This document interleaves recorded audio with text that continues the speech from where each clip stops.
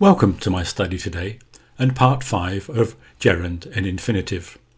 We're going to have a look at what I call the Elvis verbs today. Elvis verbs, you say? Yes, I'll explain in a moment, but it's two verbs, one verb followed by a second verb and ing ending. And I'm calling it ing rather than gerund because sometimes it can be a participle. But I've found teaching my students this formula, it doesn't really help whether it's a participle or whether it's a gerund. It's a word ending in ing and you use it instead of an infinitive. There's also a listening and repeat exercise to follow, which is the way English people learn this difficult structure. So, let's get started. Here is a list of the Elvis verbs. Each of these verbs, when followed by another verb, the verb ends in ing. I couldn't remember this list. I had to look in Practical English Usage by Michael Swan, and most other English people wouldn't either, because we learn these verbs by familiarity and listening. Have a look at this formula. Verb plus ing. I can say, I want to sing in the choir. Want is followed by an infinitive. But if I choose enjoy, I enjoy singing in the choir. The second verb is one of our Elvis ing verb endings. But I can hear you saying, why are you calling them Elvis verbs? Well, let me show you. I can't help falling in love with you. Okay, Charles, that's enough of the bad Elvis impression. Let's get back to the grammar. I can't help. Can't help is our Elvis verb, and it's followed by a second verb, according to the formula VV plus ing, falling. Falling ends in ing. So let's have a look at some of the verbs in the box. I miss seeing you. Seeing is an ing verb. I'm going to practice playing the piano today. Playing is an ing verb and it's following our VV plus ing formula.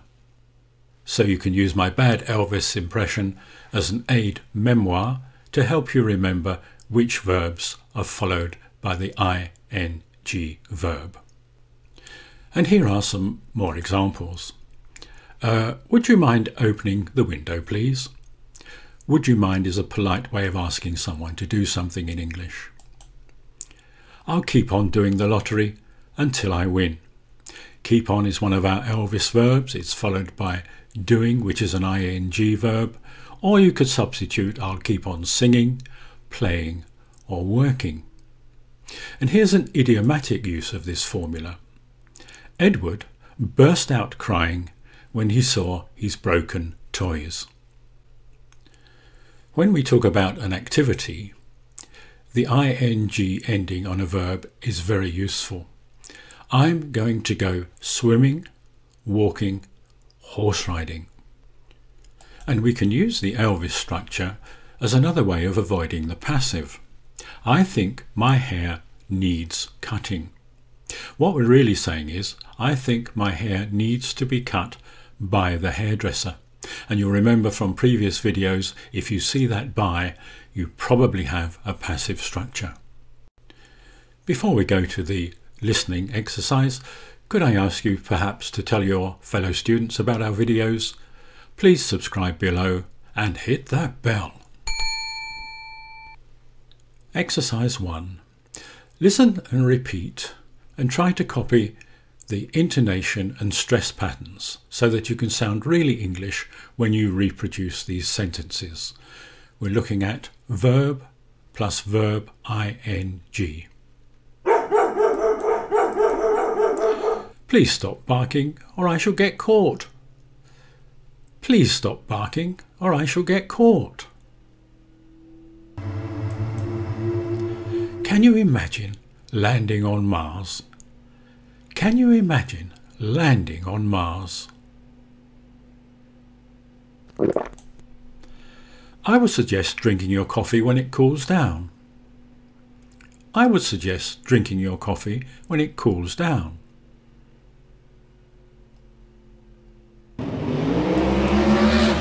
Let's delay starting the race until 3 o'clock. Let's delay starting the race until 3 o'clock. Good idea. Do you admit stealing my idea? Do you admit stealing my idea?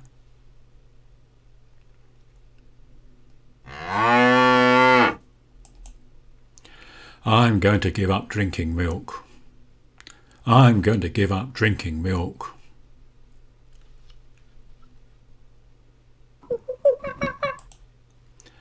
I feel like eating a banana. I feel like eating a banana.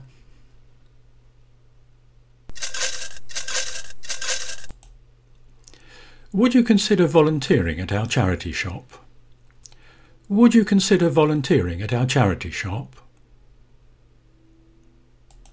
Quiet, please. The diploma involves taking 3 exams. The diploma involves taking 3 exams. Next time we shall look at singular or plural. Do we say a trouser or a pair of trousers? So, thanks for watching. Please subscribe below and I'll see you next time. Bye.